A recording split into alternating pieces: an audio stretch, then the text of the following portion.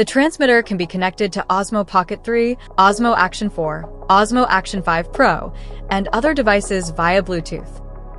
In this video, we'll show you how to connect the microphone to Osmo Pocket 3. When the transmitter is powered on, press and hold the linking button on the transmitter for 2 seconds until the system's status LED blinks blue and green alternately. Swipe down from the top of the screen and tap to enter the system settings menu. Tap Wireless Microphone and select the transmitter you want to connect. The camera will then enter Bluetooth pairing mode.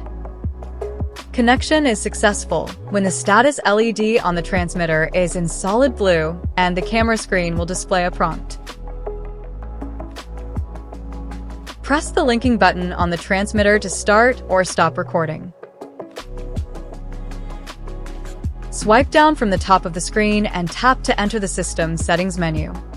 Then, tap Wireless Microphone to adjust relevant parameters of the transmitter.